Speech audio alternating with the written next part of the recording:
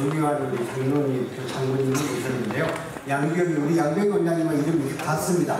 그러니까 동명이인이니까 잘 기억을 해서 해주시고요. 오늘 아마 이 교재가 좀 나눠졌을 거예요. 한번 보시면은 이제 그 장군, 투스타 소장으로 예편하시고, 그 다음에 역사 40기, 그 다음에 무기체제, 한국의 무기체제에 대해서 완전한 그러한 평가를 했던 분이시고, 현재는 키스트의 교수로 계시면서 현역으로 계실 때에 그 한국 기독교 군인 연합회나 장교들로 구성되어 있는 거기에 실무와 사무처장과 사무총장을 지키면서 우리 기독교 바탕, 기독교 기본적인 군 복음화에 굉장히 앞장섰던 장로님이십니다. 특히 국군중앙교회라고 대한민국에 옛날에 육군본부가 있을 때 현재의 국방부 뒤에 쪽에 대통령실 뒤에 쪽에 국군중앙교회가 가장 아마 한국에서 큰 세계에서 잡힌 교회일 거예요. 거기에 또 장로님을 심무하시고 우리 자리에서 오늘 1시간 동안 특강을 들을 때에 여러분들에게 많은 유익이 될 수 있습니다. 우리 장로님 나올 때 한번 힘찬 박수로 부탁드리겠습니다.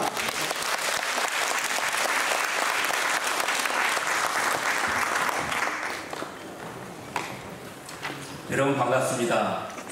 네, 반갑습니다. 찬양 인도하시는 우리 목사님들 이렇게 뵈니까 여기가 군성교 현장으로 제가 착각했습니다. 아멘.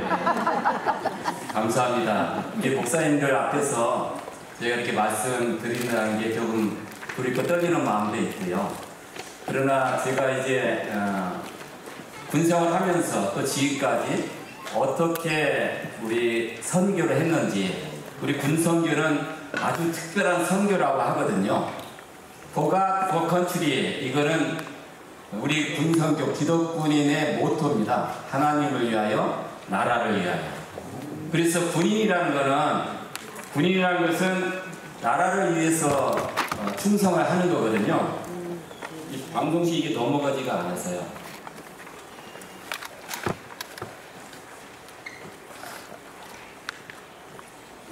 방송시 제가 이거 어떻게 넘겨야 될지 모르겠는데요. 예.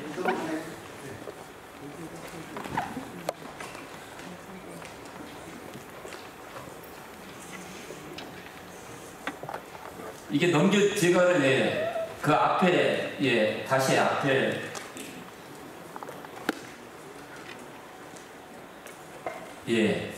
저는 그래서 어렸을 때부터 교회에서 훈련을 받았거든요. 육군사관학교 들어가서는 4년 동안 기독생도 생활하면서 내비게이터 선교에서 훈련을 받았습니다. 그래서 소위에 임관하고 나서부터 저는 군성교회, 제가 직업이 군성교다 하면서 올인을 했거든요. 우리 병사들 성경공 가르치면서 또 교회로 인도하면서 그런 생활을 해왔습니다. 해오다가 군인이라면은 국가를 위해서 헌신하는 건데 어떻게 하나님 위해서 헌신하는 것이냐? 군인은 우리 여러분처럼 직접적인 목회자가 아니지 않습니까? 군인, 직업 군인으로서 선교를 한다는 것은 먼저 본질적인 군인이 돼야 된다. 그 다음에 하나님 일을 하는 거다. 이런 생각을 했거든요. 여러분 잘 아시는, 우리 군인들이 잘 아는 사무엘상 17장 45절에 보면은 다윗과 골리앗 전투가 나오지 않습니까? 다윗도 군인이고요, 골리앗도 군인입니다. 그런데 다윗이 골리앗한테 하는 말이 있거든요. 너는 칼과 창과 단창으로 내게 나아오려니와 나는 만군의 여호와 이름 곧 내가 모욕하는 이스라엘 군대의 하나님 이름으로 내게 나아가노라 그랬거든요. 그러니까 칼과 창과 단창은 골리앗도 있고요, 다윗은 이제 물맷돌이 있죠. 그래 다윗이 물맷돌이 형식적으로 넣은 게 아니잖아요. 계속 이게 양치기 하면서 이리 곰들 이렇게 퇴치하는 백발병 중에 명수거든요. 훈련을 한 군인이란 말이죠, 다윗이. 그런데 골리앗은 가장 큰 명장이고요, 그때. 그런데 다윗이 지적하는 것은 칼과 창과 단창은 똑같이 피야 적도 그렇고 나도 가지고 있어요. 그러나 골리앗이 가지고 있지 않은 것은 뭡니까? 만군의 여호와예요. 또 대부분의 적장들은 우리 하나님을 깔아뭉개거든요. 모욕해요. 그런데 그런 너가 모욕하는 이스라엘 군대의 하나님의 이름으로 내게 나온다. 이것이 기독 군인이라고 생각합니다. 일반 군인이 아니고요. 그래서 저는 참 소위 때부터 가장 군인다운 군인이 되자. 싸우면 반드시 승리하는 군인. 모든 훈련에서 우승을 한다. 그리고 내가 가지고 있는 역량이 뭘까? 저는 무기체계 눈을 돌렸어요. 우리나라 무기체계를 최첨단하는데 무기체계 최고 분야에서의 최고의 전문가가 되겠다. 그래서 이 포가포 컨트리 나라를 위하여서 나는 직업군인 무기체계 전문가가 되겠다. 하나님을 위하여 나는 군성교의 선두주자가 되겠다. 이것이 저의 모토였습니다. 그래서 이 군에서 하나님의 도우심으로 다 이거 이뤘어요. 이뤄서 제가 현역일 때 34년 동안 소위 때부터 열심히 군성교에 섬겼고요. 또 이제 서울에 국방부 합참에서 근무할 때는 KNCF 총무로 또 진급에서 전방에 가서 지휘관하면은 또 군성교 현장에서 뛰다가 다시 연대장 마치고 다시 합참으로 와서는 KNCF 총무, 장군으로 진급해서 가서 지휘관했다가 다시 들어와서는 KNCF 사무차장, 사단장 마치고 또 들어와서는 KNCF 사무총장. 그렇게 해서 군성교를 주도를 하면서 전역한 지금에는 이제 제가 무기체계 전문가잖아요. 무기체계 제1의 전문가라고 그래요. 아는 사람들은. 카이스트에서 제가 공학 박사이기 때문에 어떤 공학 이론이 어떻게 접목해서 지금 이런 무기체계를 사용하고 있는데 미래는 이렇게 간다. 그걸 강의하고 있는 무기체계 전문가로서 교수로서 활동을 하면서 지금은 세계 기독군의 ANCF 선교를 하는 MSO 사무총장으로 전역 후부터는 봉사하고 있고 우리 군선교연합회 미크에서 이사로 활동하면서 우리 양빈 목사님 미크 이사로 계시기 때문에 여기서 뵙고 또 오늘 여기까지 오게 됐습니다. 제가 이 무기체계 전문가이기 때문에요. 이게 북방 백서가 2년에 한 번씩 나오거든요. 북한과 우리의 군사력을 정확히 비교 분석한 객관적인 우리 정부에서 만든 문서입니다. 여기 보시면은 우리 군은 옛날에 60만 되고 옛날 얘기예요. 지금 50만 명이 채 안 돼요. 근데 북한 애들 128만 명이거든요. 예비군도 우리는 310명, 쟤네들은 750명. 병력 수는 2.3대 1이에요. 우리보다 북한이 이렇게 2배, 2.3배가 많죠. 또 우리는 병사들 복무 기간이 1년 8개월이잖아요. 근데 북한 애들은 복무 기간이 7년이에요. 그렇기 때문에 사실 이 단순 수치로 와서는 게임이 안 되는 거예요. 숫자는. 무기체계, 우리 재래시, 화포, 모든 전차, 모든 거 우리보다 2배 이상이 많아요. 숫자가. 질적으로 우리가 좀 앞서다고 하죠. 그럼에도 불구하고 우리는 싸우면 우리가 이길 것을 알아요. 질적으로 우리가 이기고 또 주한미군이 있기 때문에. 그런데 문제는 전쟁 나와서 우리가 궁극적으로 이기지만 처전에 피해는 날 수밖에 없잖아요. 그걸 막기 위해서 군이라는 게 존재하는 거거든요. 그래서 북한도 싸우면은 결국은 자기들이 진다는 걸 알아요. 그래서 뭘로 갑니까? 핵, 미사일, 비대칭으로 가는 거예요. 그래서 우리가 굉장히 어려운 상황에 있어요. 왜냐하면은 핵이라는 절대 무기를 가지고 있거든요. 그래서 이거는 정부가 바뀌어서 이런 모습이 나온 게 아니고 국방부가 정부가 바뀐 게 아니라 큰 변화가 없어요. 군이라는 것은 안보라는 것은 정부가 바뀌었다고 해서 핵에 바꾸는 게 아니에요. 특히 저는 무기체계 전문가이기 때문에. 그래서 우리의 지금 현 시점에서 볼 때 전력, 증강, 군사력 이게 비교해서 볼 때 우리한테 4가지 큰 도전력이 있는 거예요. 하나는 뭐냐? 우리가 아무리 질적으로 좋은 무기를 가지고 있어도 궁극적으로 이놈아들은 핵을 가지고 있는 거예요. 핵이라는 절대 무기예요. 그리고 그전에 핵이라는 것을 막판에 죽기 직전에 북한이 너 죽고 나 죽다 막판에 쓴다 이랬거든요. 근데 지금은 2년 전부터 김정은이가 핵을 가지고 선제적으로 때리겠다. 헌법에다 자기네들 헌법에 명시를 했어요. 그렇기 때문에 핵이라는 것은 절대 무기예요. 비교할 수가 없는 거예요. 그래서 어떻게 북한의 핵 미사일 위협을 우리가 뛰어넘을 것이냐, 이것이 우리 국방의 가장 큰 아킬레스건이에요. 가장 큰 문제고. 그래서 이 가장 큰 문제가 북핵 미사일을 어떻게 우리가 대응을 제대로 할 것이냐, 우리의 가장 큰 도전 요인이라는 거예요. 두 번째는 지금 지원, 미국, G2, 중국, 미중의 패권 다툼, 이 가운데 우리가 완벽하게 미국으로 붙냐, 안보를 위해서? 경제는 어떻게 되는데? 경제를 위해서 옛날처럼 북한, 중국에 붙느냐? 미중의 고래 싸움에 새우도 터지는 꼴이에요. 어떻게 해야 되느냐? 두 번째 큰 고민사항이죠. 세 번째는 지금 기술이 너무나 많이 발달했다는 거죠. 첨단 기술이 자고 나면은, 제가 인공지능 강의를 하거든요. 자고 나면은 바뀌어요. 이 첨단 기술을 어떻게, 전쟁의 양상이 완전히 바뀌어요. 러시아, 우크라이나 전쟁 보세요. 드론 담는 엔티드론, 전쟁 양상이 너무나 바뀌었어요. 이 가운데 우리는 어떻게 국방력을 가져야 되느냐?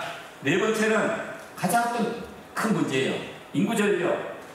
병사들이 없어요. 아무리 좋은 무기를 만들어 가도 운영할 병력을 인원이 없는 거예요. 옛날에 제가 사단장 할 때 운전병, 방범병 많이 있었잖아요. 행정병들 하나도 없어요. 병사 한 명이 너무나 소중한 거예요. 인구 절각 시대 때 두 대가 지금 50만이라고 그러죠? 45만으로, 40만으로, 35만으로 이렇게 줄어들 수밖에 없는 거예요.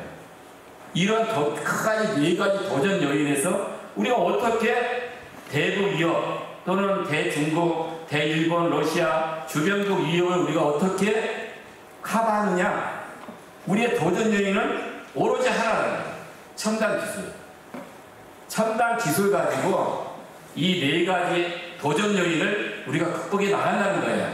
그래서 국방혁신 4.0이라는 나온 거예요. 제가 여기 귀환하고 하면서 계속 논의하는 게 제일 첫 번째가 뭐냐? 우리가 5가지 국방력을 건설하고 국민을 안전하게 보호하기 위한 국방력을 갖추기 위해서 5가지 중점을 두자. 하나가 뭐냐? 우리의 제일 큰 도전 요인이 뭐예요? 북한 핵미사일이라고 했잖아요. 우리가 왜 미사일을 신경 쓰냐?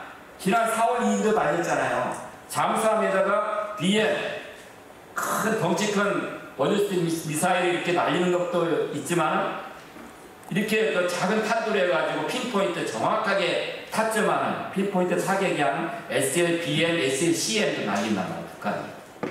또 ICBM 대륙간 탄도 미사일뿐만이 아니고 이쪽 군동 지역의 IR과 중거리 탄도를 지난 4월 2일날 또 날렸잖아요. 왜 우리가 미사일을 강력히 신경 쓰느냐? 핵을 탑재하는 수단이기 때문에 그런 거예요. 미사일, 제가 미사일 비밀 사업을 계속 담당했거든요. 전역할 동안 20년 동안. 누구보다 미사일 잘 알아요. 미사일 수는 비슷해요, 북한과 우리. 근데 우리는 핵이 없잖아요. 핵이라는 것은 국제질서를 어기면서 갖는 거거든요, 불법으로. 인정을 안 해요. 핵무기가 있다면서요. 비공식적인 핵 보유 국가죠. 그래서 핵을 탑재하는 수단이기 때문에 우리가 미사일을 신경 쓰는 거예요. 미사일 발사를. 그래서 이 북한의 핵 미사일을 어떻게 우리가 대응을 제대로 할 것이냐 넘어가 버렸네. 제대로 대응을 할 것이냐. 그리고 이게 북한이 이게 미사일 발사한다. 징후 포착을 해야 돼요. 징후 포착을. 얘네들 뭘 하는지 최소한 72시간 전, 24시간 전에는 우리가 쟤네들의 의도를 알아야 되거든요. 그리고 우리 스탠바이를 하잖아요. 그래서 북한의 전략, ISR 감시 행사를 하기 위해서 4.14 위성이 날아가는 거예요. 군 독자 위성이에요. 그래서 이런 군 독자 위성, 우리의 미사일, 우리의 큰 이 8조짜리 무기체계 사업, 위성 사업, 육해부 해병대 모든 것이 제 손에 다 기획에서 올라가 있는 겁니다. 작업하는 것이. 그래서 이래 북한의 핵 미사일을 제대로 잡기 위해서는 우리의 감시정찰 이 제대로 있어야 된다. 그래서 4.14 위성정찰이 작년 10월 때 하나 올라갔고 지난주에 펠컨 9에 실려서 올라가 있잖아요. 이제 내년 내후년에 3개가 더 올라가요. 정확히 걔네들 쳐다보는 거죠. 그리고 이게 이 AR 과학기술 강군을 만드는 게 북방시 4.0인데 제일 첫 번째가 바로 북한의 핵미사일을 제대로 대응을 하자. 두 번째는 북한의 핵미사일의 문제가 아니고 이걸 운영하는 우리 병사, 우리의 작전계획, 분의 싸움인데 우리 작전계획을 제대로 한미연합작전계획부터 우리의 훈련까지 제대로 잘 돌아요. 그래서 이게 군사 전략, 군사의 개념, 작전 계획을 현실감 있게 업그레이드 시켜줘야 된다는 거죠. 무기체계라는 것은 국방 정책과 군사 전략을 현실화하는 수단이거든요. 이걸 잘 어울려서 계획과 이런 훈련 시스템을 갖춰야 된다. 그게 두 번째 포커스고요. 하나는 아까 말한 대로 우리가 4.0이라는 것이 인공지능 기반에서 첨단 무기 체계를 갖추는 건데 그걸 제대로 갖춰보자. 그래서 육해공군 인공지능을 기반을 해가지고 이제는 유무인 복합체계라고. 그냥 사람 병사기 치고받고 싸우는 총 쏘고 그런 것이 아니고 무인체계를 드론, 로봇, 무인체계잖아. 무인체계를 유인이 사람이 제대로 통제해가지고 유무인 복합체계 전투력의 승수 효과를 높인다. 육해고 해빙계 다 마찬가지고 그것도 그전에는 우리가 지상, 해중, 공중 이것이 아니고 우주, 사이버, 전자기 이런 모든 영역을 넘어가지고 인공지능 첨단 기술을 기반해가지고 유무인 복합체계를 제대로 이룩하자. 이것이 세 번째 포커스예요. 네 번째는 이런 계획, 훈련 개념, 무기체계 운영 이걸 병사들이 하잖아요. 우리 사람이 하잖아요. 어떻게 이 군인들을 제대로 교육적으로 과학적으로 훈련을 시키느냐. 이 과학화 교육 훈련을 제대로 시키자. 그게 네 번째 포커스고요. 다섯 번째 포커스는 이제는 이런 시스템이 바뀌었다. 옛날처럼 어떤 절차, 그전에는 이 세월호 사건 때문에 방산 비리 다 헛것이었어요. 정치적 노름이었거든요, 이게. 방산 비리가 어디 있어요? 다 무죄로 다 나온 거예요. 그러다 보니까 이게 사업을 진행하는데 이게 방산비리에 연관이 있어. 누가 투사하면은 사업이 스탑이에요. 막 쓰다 보니까 1년 지나고 2년 지나고 계획되는 것보다 우리가 최초에 기획할 때는 벌써 전력화해서 병사들이 운영해야 되는데 납품을 못하고 있는 거예요. 전력경관 프로세스 절차를 제대로 갖추자 이제. 그런 것이 다섯 가지의 중점이에요. 그렇게 해서 인공지능 기반해가지고 압도적으로 군사를 우위에 두자 이거거든요. 그래서 이런 분야의 전문가로서 저는 거기에 맞는 저희 동생 1호 박사거든요. 박사학위를 제일 먼저 받고 와가지고 이 분야에 지휘관을 빼고는 이 무기체계 분야에서 근무를 해왔습니다. 전역할 때까지. 그런데 이러한 그 무기체계 운영하고 훈련시키고 탁월한 리더십이 있어야 되는데 우리가 생각하고 있는 우리의 그 아이디어란 직업군인이 이순신 장군이라고 생각해요. 자, 우리가 한산대첩 보면은 하객직 전법을 쓰잖아요. 하객 날개처럼 이렇게 해가지고 애군 함정을 가운데 몰아넣고 포위해가지고 박살내는 거거든요. 그런데 상식적으로 우리가 포위를 한다는 것은, 포위 작전을 한다는 것은 전투력이 적보다 3배가 많아야 돼요. 근데 한산대첩할 때 통영 앞바다에서 애론과 우리의 함정수가 1대1이었어요. 75척. 그 중에서 테러를 차단하는 5척이 빠져나가죠. 1대1이 안 되는 거예요. 하객지 적밥 안에 들어있는 쟤네들 그 함정수에는. 근데 어떻게 하객지 적밥 포위를 작전했느냐. 그 물살 빠른 데서. 두 가지 하나 있어요. 하나는 거북선이 있었죠. 거북선. 밀집 지역에서 치고 다니면서 대포를 날릴 수 있는 거북선. 그런데 우리가 여기서 관가해서는 안 될 것은 거북선은 한산대첩 때 3척이 3척밖에 없어. 75척 중에 3척이 거북선이에요. 우리의 주력 함정은 저 우측에 있는 판옥선이에요. 판옥선. 일반 함정에다가 노젓는 수병은 지하에, 전투하는 화살 쏘는 수군은 1층에, 거기에다가 대포, 화살부터 불화살부터 대포까지 날리는 이 총통을 결합을 했어요. 새로운 개념의 무기체계, 신개념 무기체계를, 기존에 사용했던 무기체계를 새롭게 아이디어 맞춰가지고 한옥선을 만든대요, 이순신 장군이. 그리고 아주 새로운 게임 체인저 같은 거북선을 아예 새로 만들었고요. 그래서 한옥선과 거북선이 있었기 때문에 하객진이라는 전법을 사용할 수 있었던 거죠.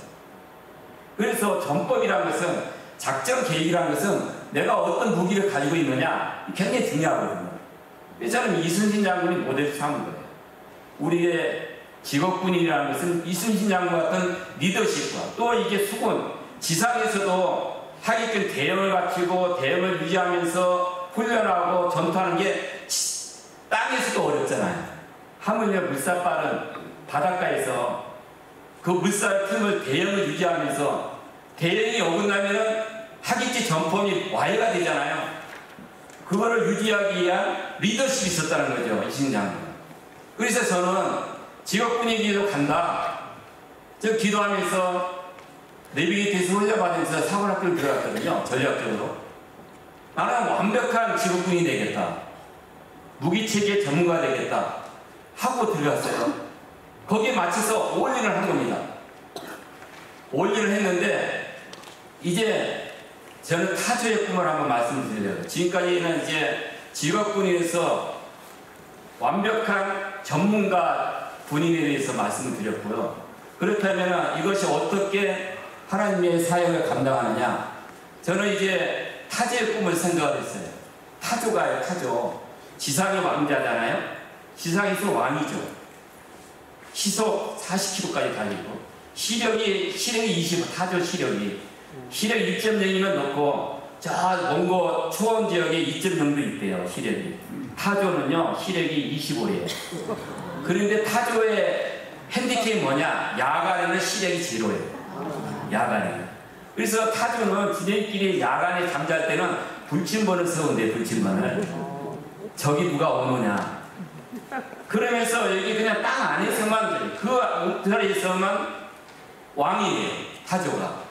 넓은, 그렇게 큰 몸집을 하고 있는데 넓은 시야를 보지 못하고, 더군다나 난다는 것을 생각을 못해요. 근데 저는 사실 굉장히 키도 작고요, 집안도 가난하고요. 객관적으로 봐서는 제가 군인, 제가 사관학교 들어갈 때만 해도, 제가 8번 학번인데 정말 지방에서 날고기는 친구들이 재수 3수에서 들어온 애들이 많았어요. 저보다 2살 나이가 많아요. 또 리더십, 운동, 온갖 잡기, 리더십 탁월한 동기생들이에요. 저는 키도 작고요, 나도 적고요, 내세울 게 아무것도 없어요. 그냥 교회에서 신앙훈련 그거밖에 없는 거예요. 그래서 나는 어떻게 해야 되느냐, 난 무기체계 전문가가 되고 싶은데, 직업군인으로서 내가 직업군인다운 군인이 돼야 내가 영향력 있게 군사역을 할 수 있는 거잖아요. 그래서 저는 오늘 특별한 군성교를 말씀드리는데, 직업군인의 입장에서 말씀을 드리는 거예요. 직업군인의 입장에서 난 어떻게 이게 군성교를 감당할까?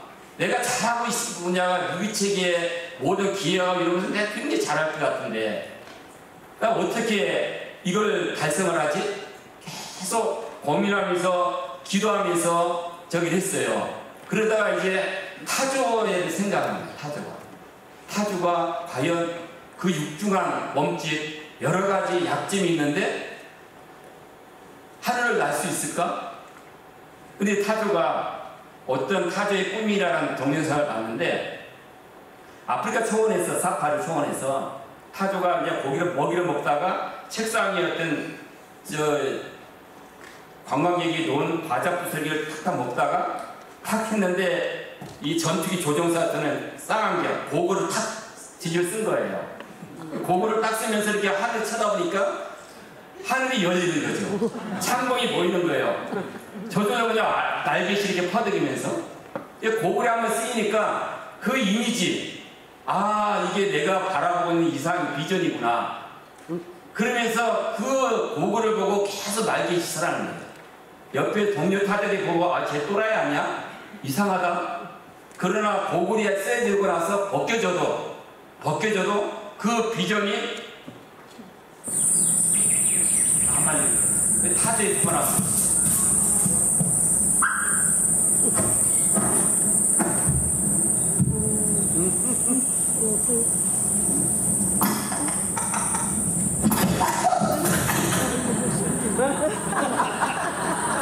She packed my bags last night, pre-flight, 0 hour, 9 a.m. And I'm gonna be high as a kite by then. It's lonely without space.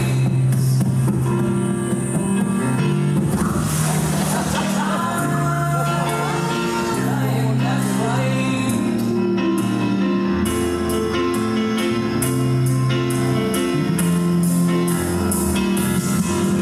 And I think it's gonna be a long, long time till touchdown brings me round again to find I'm not the man I think I am at home. Oh, no, no, no.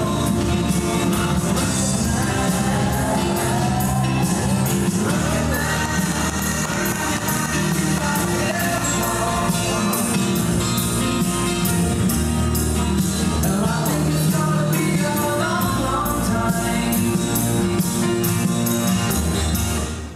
예, 그래서 타조의 꿈이라는 것은 불가능을 현실화시켰잖아요.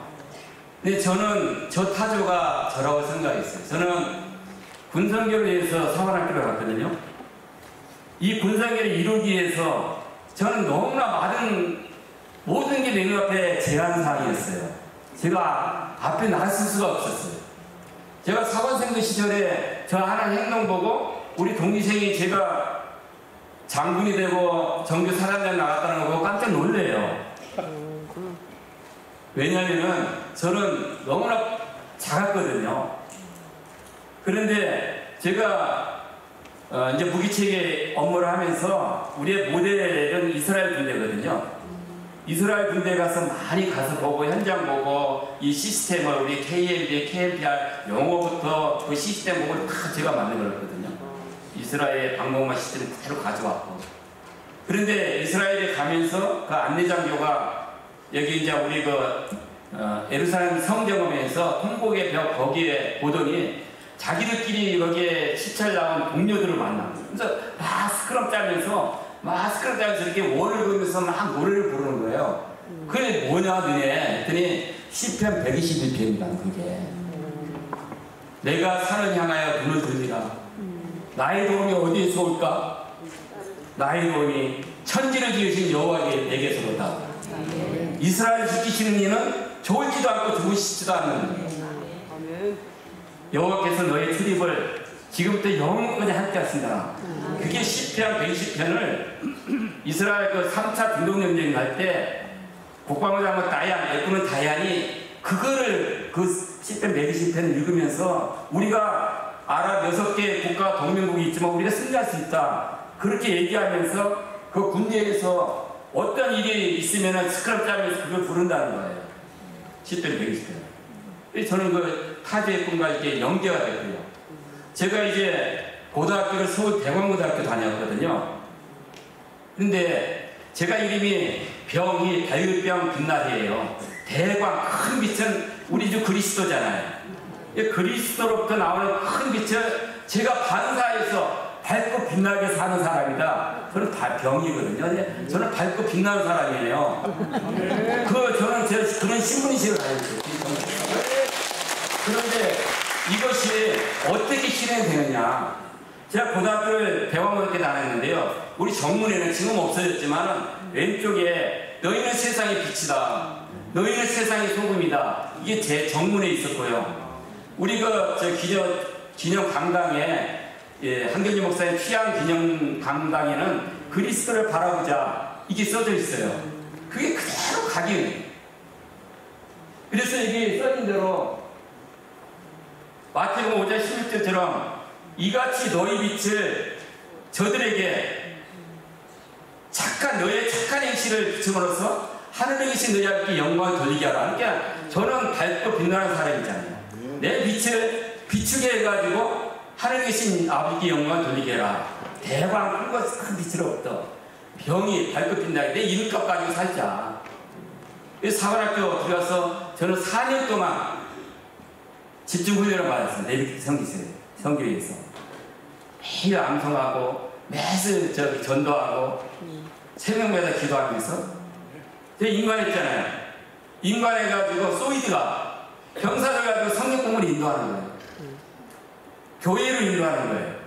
저는 3가지를 인관하면서 다짐을 했습니다. 하나는 솔선수범하자. 솔선수범이라는 것은 내 자신부터 제대로 해야 된다. 내가 직업군인이기 때문에 직업군인으로서 나를 본받도록 한다. 모든 훈련, 모든 평가에서 나는 우승한다. 군에서부터 군사적인 행동부터 나가 솔선수범하고 나를 보고 배워라. 내 속으로 솔선수범하겠다. 두 번째는 나는 차상급 부대를 책임진다. 내가 중대장이 되면 우리 대대의 신앙전력과 군성교를 나는 책임진다. 내가 대대장 할 때는 내가 우리 연대를 책임진다. 내가 연대장 할 때는 우리 사단 군성교를 책임진다. 조금 오만한 생각도 되겠지만 나는 차원 높게 뛰겠다. 3번째는 나는 훈련을 하든지 아니면 훈련을 받든지 하겠다. 평생 훈련 받지 않으면 그 영향이 나올 수가 없는 거예요. 또 솔선수범하려면 내가 리더십을 가지려면 내가 능력이 있어야 돼. 전문가가 돼야 되잖아요. 자문서에도 나왔잖아요. 전문가 자기 일에 능숙한 사람이 영향력을 발휘하거든요. 그래서 말로만 해가지고 되는 게 아니에요. 지금 세대는. 그래서 제가 아까 사무엘상 17장 45절에 너는 칼과 창과 단창으로 나오지만 다른 동기생은 칼과 창과 단창만 있지만 나는 만군의 여호와의 이름이 있다는 거죠. 그리고 저는 21사단 기계부대거든요. 기계부대는 전차, 장갑차, 자주포를 걸고 공격해서 돌파하는 거예요. 그러면 적진을 가지고 돌파를 누가 합니까? 우리가 군대 영화, 전쟁 영화를 보면은 이게 병사가 조준사격을 해가지고 다 적군을 넘어뜨리죠. 다 쇼예요. 전쟁이 되면은 이건 통계상으로 법의학적으로 다 나와 있는 게 40만 발 중에 한 발이 맞춰요. 다 이러고 쏘는 거예요. 두려움 때문에. 그렇다면은 내가 적군을 향하여 돌진을 해야 되는데 어떻게 전쟁을 하냐 이거죠. 다윗이 전쟁하는 모습이 나옵니다. 다윗 전쟁하는 모습이 사무엘하 22장 20절 30절 사무엘하 22장 30절 40절 시편 18편 29절 39절 어떻게 나오냐면요. 다윗이 전쟁하는 모습이 나와요. 내가 주를 의리하고 적군을 향해 달리며 내 하나님을 의지하고 담을 뛰어넘나이다. 내가 적군을 내가 죽을 줄 알면 내가 감히 죽잖아요. 내가 죽을 줄 알지만은 내가 주를 의리할 때 적군을 향해 달릴 수 있다는 거죠. 내가 명령을 주잖아요. 저 고지를 점령해야 오브젝티브거든요. 목표 또는 obstacle 장애물도 돼요. 이거 어떻게 뛰어넘냐는 거죠. 내 하나님을 의지할 때 그게 가능하다는 거예요. 그래서 18편 29절에 내가 주를 의리하고 적군을 향해 달리며 내 하나님을 의지하고 담을 뛰어넘나이다. 이 성경과 이 액자를요 제가 모든 지휘관들한테 다 나눠줬어요. 중대장인 사람 우리 26사람 전역하고 나서도 제 방에 아직도 걸려있어요. 그리고 우리는 직업군인이잖아요. 직업군인이라면 군인의 존재 목적이 뭐예요? 전쟁에서 싸워 이기는 거잖아요. 너무나 막강한 힘을 파워를 가지고 전쟁을 억제해야 돼. 우리가 힘을 가지고 있으면 쟤네들이 도발을 못해요. 그게 억제거든요. 제1의 목적은 억제예요. 전쟁 억제. 두 번째, 그럼에도 불구하고 쟤들이 도발이 왔다. 그러면은 최단 시간 내에 최소 피해로 빨리 전쟁 승리를 종결해야 돼요. 그래서 18편 39절 사무엘하 22장 40절에 이런 말씀이 똑같은 말씀이에요. 두 번이나 나와요. 주께서 나를 전쟁하게 하려 능력으로 내게 띠띠우사 일어나 나를 치는 자들이 내게 굴복하게 하셨도다. 내가 군인이기 때문에 왜 나를 지구군인으로 보내셨냐? 전쟁하게 하려고. 능력을 하나님께서 내게 능력으로 띠를 띄워주시다. 내 앞에 오는 애들, 나랑 겨루는 애들 굴복시켜 주신다는 거잖아요. 이 전쟁하는 모습이 담겨있다. 18편 39절에 그 말씀이 있는 거예요. 그래서 저는 이게 직업군인이라면은 정말 군성교를 영향력 있게 파워 있게 하려면은 제대로 군인다운 군인이 돼야 된다는 거거든요. 그렇지 않고선 군인이 유약하게 학자처럼 뭐 그냥 선생님처럼 이렇게 뭐하러 군대 옵니까? 직업군은 왜 해야 돼? 교수나 다른 데를 해야죠. 그래서 직업군인이라면은 승리를 해야 된다. 그런 다음에 플러스 알파 아까 말 칼과 창과 단창을 뛰어넘어서 만군의 여호와 이름이 그 이름을 걸고 나가는 거죠. 그래서 저는 사실 그 전방에 가서는요, 지휘관을 할 때는 내 모든 이제 나의 군인 모습을, 내가 싸우는 모습을 봐라. 내가 어떻게 준비하는 걸 봐라. 내가 어떻게 신앙생활을 봐라. 강요는 안 했지만 행동으로 보여요. 나한테 설슨, 내가 제일 번째 목표가 설순수범이잖아요. 그리고 내가 어떤 상급부대에 모이면은 상급부대 목사님, 분목사님 찾아가서 애로사항이 뭐냐, 내가 도와줄 게 뭐가 있겠느냐. 항상 내가 사단장 때 헬기 타고 자기의 지적사령부에 가서 회의 갈 때도 먼저 군사랑부 목사님 만나요. 먼저 한 시간 먼저 항상 가요. 애로사항이 뭐냐, 야전 사단급에서 내가 도와줄 게 뭐가 있겠느냐, 목사님 얘기해보시라. 내가 일사단에서 연대장 할 때는 우리 매월 첫 번째 주는 우리가 NCF 연합 예배를 드리는데, 다른 연대, 야 연대장 애들 데리고 참석만 해라. 우리가 우리 연대가 다 준비를 한다. 참석만 해라. 그래서 제가 이런 것을 소위 때부터 이걸 했거든요. 하나님께서 저한테 기회를 주셨어요. 사단장, 정규 사단장, 박사 기자가 사단장 가는 법은 없거든요. 하나님 저를 높여주셔서 정규 사단장, 우리 3% 이론이 있어요. 모든 조직의 선발전의 인원은 3%예요. 우리 사관학교 동기생이 330명 됐거든요. 거기에 3%면은 한 12, 13명이 정규 사단장을 해요. 근데 정규 사단장 할 때 저는 하나님께서 내게 사단장이라는 명예를 주셨다. 이 불무리 부대 마크를 붙이면서, 그래서 저는 지금까지 저의 모든 군성계의 노하우를 지켜시키자 해서 제가 우리 그 간부들한테는 간부 부영 예배하면서 성경 공부를 가르치고요. 집사람은 군인 가족도 성경 공부를 예의 없이 하고요. 또 매주 첫 번째 주 토요일 날은 아침 07시에 MCF 기독군인 연합 예배를 조찬 예배를 드려요. 200명에서 300명이 모여요. 하사부터 우리 사단장까지 매월 토요일 날. 그리고 매주일 날 매주일. 이제 지금은 상황이 많이 바뀌었어요. 우리 병사들, 자, 이제 왜 군대에 왜 군목사들이 있느냐? 신앙 전략화 때문에 있거든요. 신앙 전략화 때문에. 그러니까 신앙 전략화라는 게 뭐예요? 죽을 줄 알면서도 사생관의 환기때 있어야 되기 때문에 군대에서는 죽을 줄 알면서도 공격 앞으로 하면 앞으로 가야 되잖아요. 맨정신으로 합니까? 신앙이 있어야 돼요. 이 사생관이라는 것은 최고의 교육이 종교다. 종교, 마루종. 사생관의 최고의 교육은 종교다. 종교. 그래서 종교할 때 굉장히 중요하다. 그러니 일주일에 한 번 삼계종파 행사를 강조한다. 사장님. 그러나 처음부터 이렇게 하면은 반란이 많잖아요. 제가 5개월 동안 사전 정지 작업을 했어요. 5개월 동안 부임하고서 제가 기도하면서 천주교, 불교, 법당, 성당 가면서 그걸 다 정비를 다 했어요. 법사님들 또 신부님들 다 대접하면서 선물 드리면서 제가 5개월 뒤부터 신앙 전력화를 할 겁니다.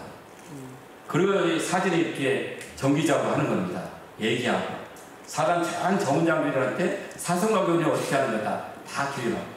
5개월이 지났어요. 이제 군 지휘관이 판단할 때 우리 부대에 부족한 면이 있으면은 과외, 추가 훈련을 시키는 것이 지휘관의 책무 아니냐. 사생관 교육이 가장 중요한데 사생관에 중요한 종교 행사에 다 참석하도록 5개월 전부터 강조하고 정말 정교 통일하고 다 강조하고 시작했는데 모든 부대 안에 있는 종교행사 3개 종교행사에 다 참석합니다. 불교, 기독교, 천주교는. 그러나 참석하지 않는 사람은 어떡하냐. 종교자인 것처럼 참석하지 않는다. 그러나 그 시간에 당직사령이 참석하지 않는 사람 다 직결시켜서 사성과 함양 별도교육을 시킨다. 이거 됐습니다. 그래서 지금 부활절에서 그때 제가 사단장 떠나면서 이걸 2년 동안 편하게 지속했습니다. 제시한 것이 2015년 4월 5일 정교행사 현황이 월요일 아침에 상황보고 내용입니다. 여기 보시면은 뭡니까? 사단 총 8,300명 있어. 간부가 장교 529명, 부사관 1,440명, 병사 6,372명, 주둔지 안에 휴가자 파견자 빼니까 주둔지 안에 5,240명 있어요. 병사가. 근무자 면회자 빼니까는 4,500명 있어요. 종교행사 대상자다. 4,500명 중에서 종교행사 참석한 인원이 3,830명, 85%. 참석 안 한 사람 3,830명, 나머지 674명은 집계해서 사생과 하면 교육을 받는 거예요. 그러면 이거를 이제 종파교육 해봤어요. 기독교 2,452명, 불교 860명, 천주교 488명, 무교가 아까 정식 집체교육받는 674명이죠. 그런 현황에서 2015년에 동시대에 우리 대한민국 인구 센서스의 통계를 보면 기독교가 19.3%였어요. 근데 작년 말 우리 인구 센서스의 작년 말에 충격적인 결과가 나왔죠. 우리 23년 말 통계 기독교가 15%, 불교가 16.3%로 나왔어요. 코로나 시기면서. 종교행사 참석하는 게 신앙교류가 다는 아니에요. 그러나 제가 이거를 목숨을 걸고 했습니다. 이런 상황에 가만히 대항을 하겠습니까? 가만히 있겠습니까? 투서가 날라가죠.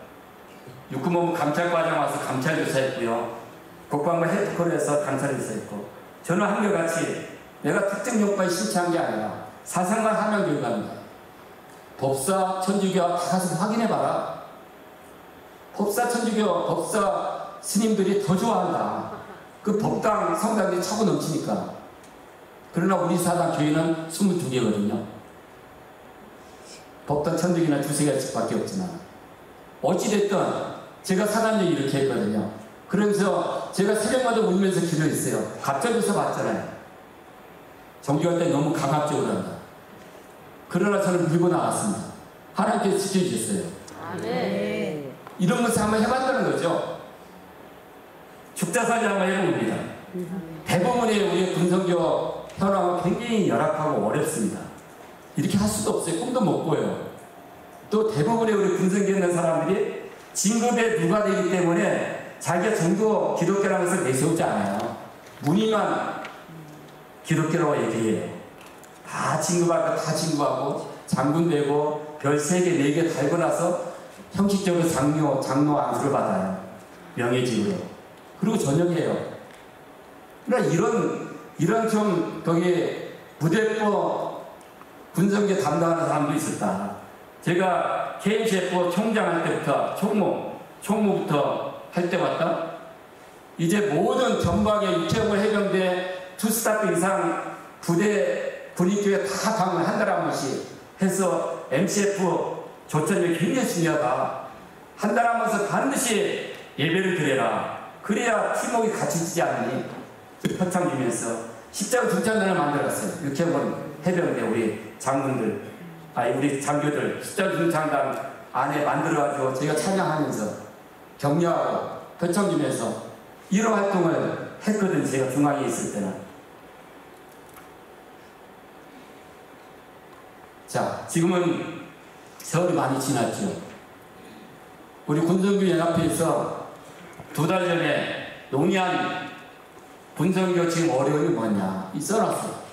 이제는 병사들한테 부대에 공식적으로 교회 가자 말을 못하도록 되어 있어요. 그것이 위헌이래요. 위헌 결정이 났어요. 코로나 대대급 우리가 천사교회 천사석에 군인교회 천사교회다 지금 900개도 안 돼요. 부대 통폐합돼서 군인교회가 다 없어지죠. 또 옛날처럼 간부가 군인교회에 나오지 않아요. 후방에서 아파트에 살죠. 병사들만 2~3명 동해안에 동부전선 군인교회가 비어져 가고 있어요.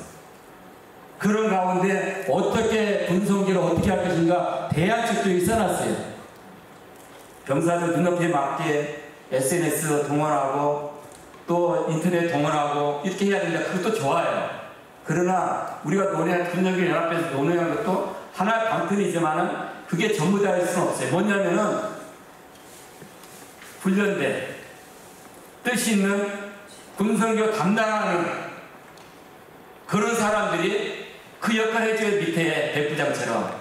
우리가 여기에 어떤 백부장 누가 보면 출장길지나 나오는 자기 그 하이 자기 부하 병사 병납기에서 초청하잖아요.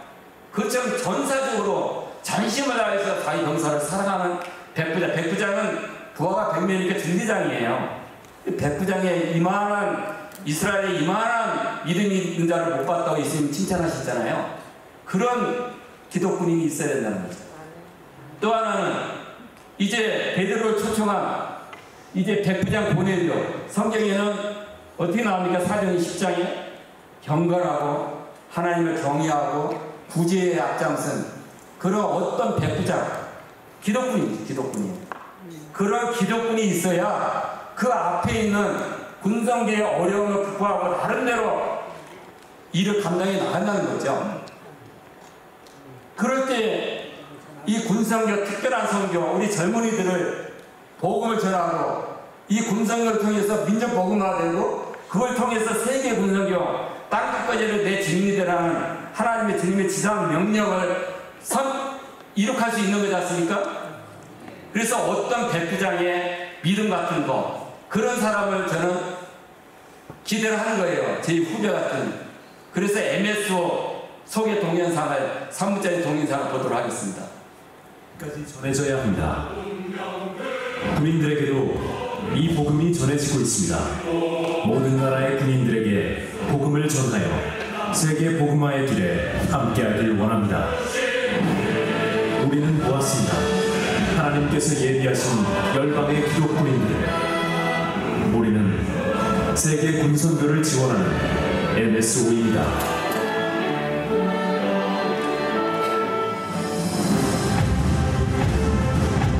MSO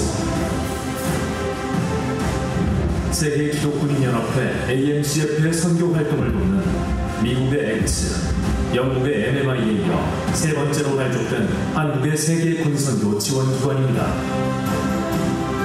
전 세계 군인에게 복음을 전파하자는 사명으로 모든 나라의 기독군인회를 설립하고 활성화하여 주님의 지상명령을 수행합니다.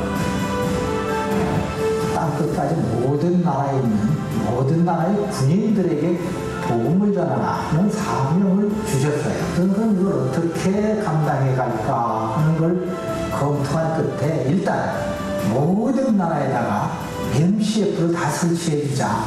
그런가 하면은 모든 나라가 다 군종 제도를 가지고 있는 게 아니에요. 목사님들이 군대 안에 들어와서 활동하는 건 겨우 한 60개국 정도밖에 안 돼요.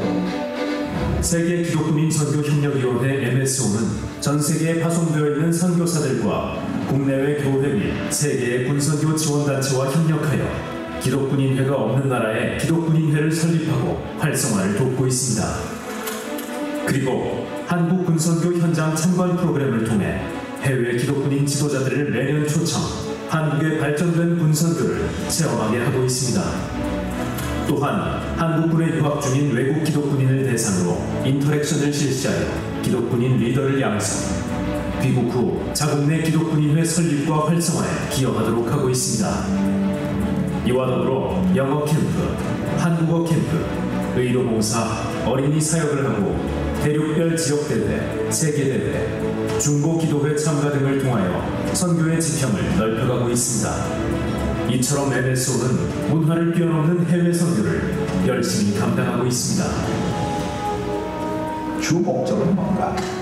기독군인을 통하여 복음을 전하는 것, 이것입니다. 그래서 기독군인회가 없는 나라에는 이걸 세워가자. 또 그것이 약한 나라는 그걸 철저히 강하게 좀 강화시켜가지고 그들이 복음 전하는 역할을 하도록 하자. 50년 동안에 얼마나 많은 젊은이들이 군을 통하여 예수님을 만났고 이것이 민족 복음화의 어떤 역할을 하는가. 우리가 눈으로 보고 느낀 바 아닙니까? 그러니까 우리가 이걸 하자는 거예요.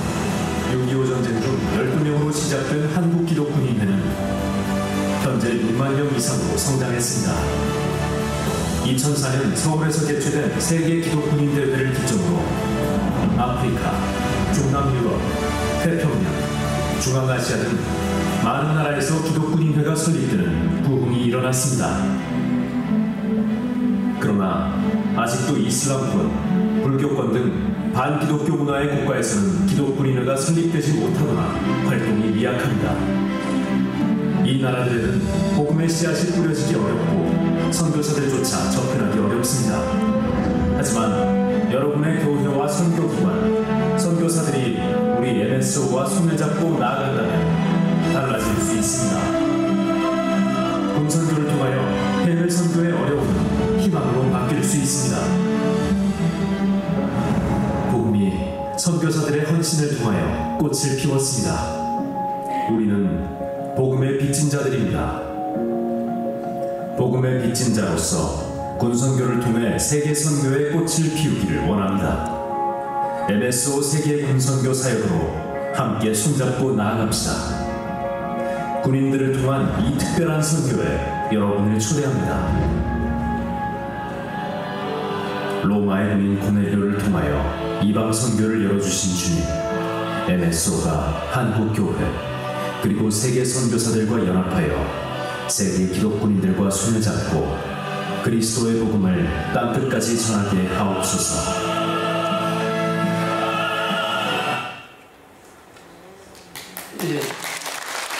결론 이게 꺼져버렸는데 마지막 장 이게 떼주세요.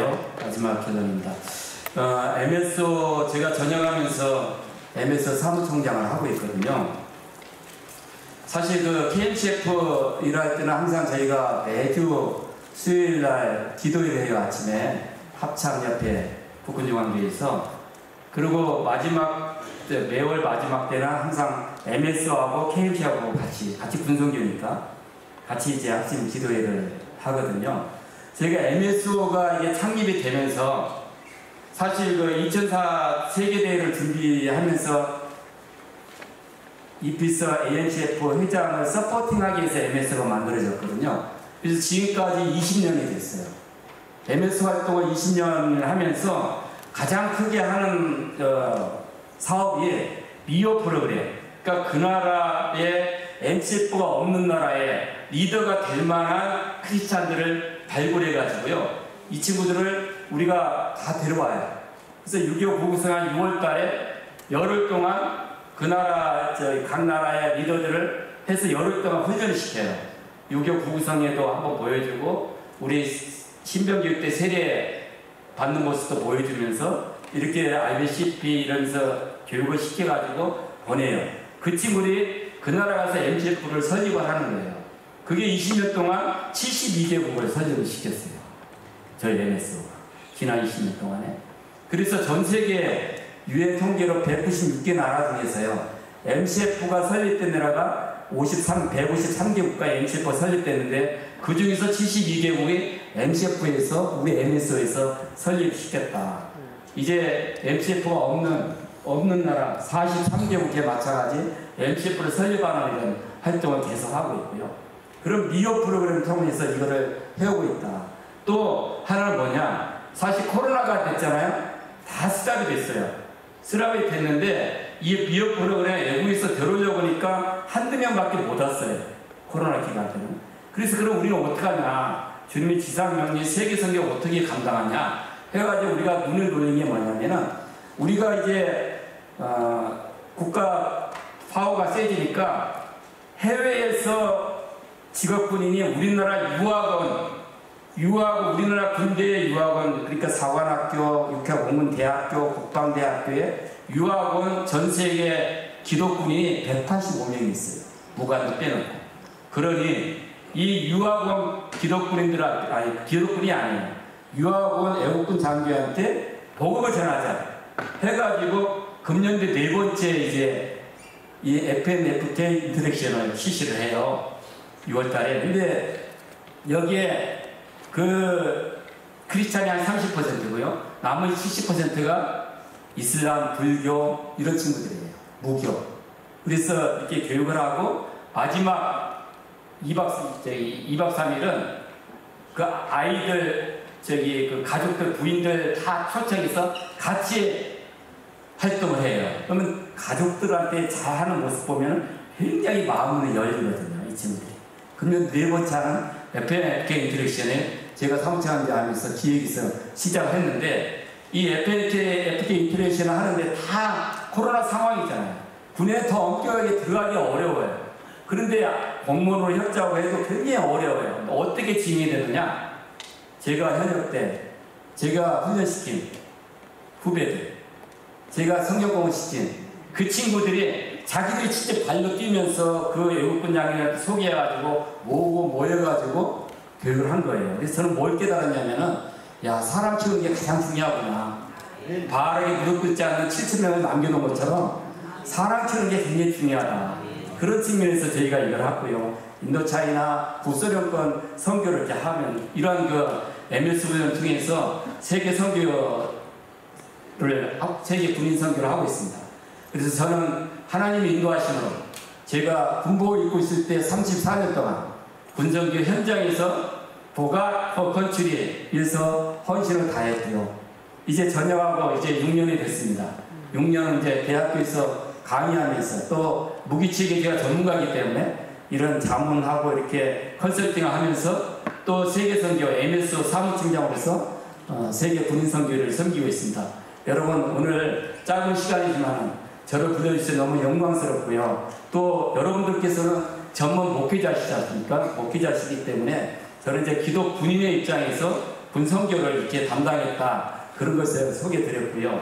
또 여러분께서 담당하는 각 사역지마다 하나님의 특별하신 간섭하심과 하나님의 기쁨이 넘치는 그런 선교 사역지가 됐으면 좋겠습니다. 감사합니다. 마치겠습니다.